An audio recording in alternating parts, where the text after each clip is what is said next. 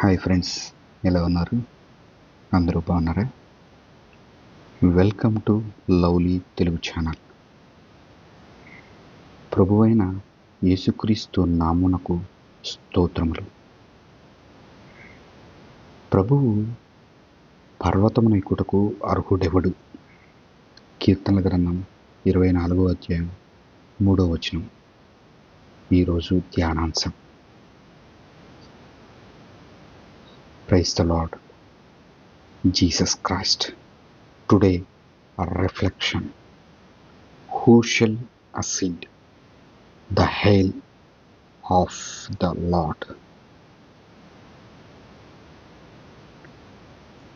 ప్రభువా, గడిచిన రాత్రి కాలంలో విశ్రాంతి తీసుకొనుచున్న మమ్ము మీ కరుణతో రక్షించి సంవత్సరంలోని 329వ రోజున ప్రభు పర్వతమును ఎక్కుటకు అర్హుడెవడు?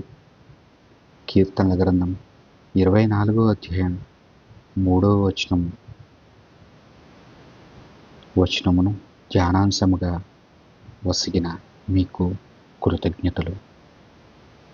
ప్రియ సహోదరులారా, సర్వశక్తిమంతుడైన దేవుని సమీపానికి చేరుకోవడానికి, ఆయన ముందు నిలబడటానికి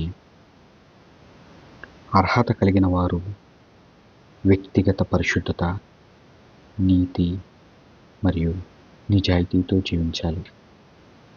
కనుక పాపులమైన మనం దేవుని రక్షణ పొంది ఆయన సన్నిధిలో చేరుకోవాలంటే మన పాపములను, బలహీనతలను, దుష్క్రియలను మరియు దుష్ట సాంగత్యాన్ని వీడి స్వచ్ఛమైన మనసుతో జీవించి ఆయన సన్నిధిలో నిలబడే అర్హులుగా జీవించేందుకు శ్రమిద్దాం.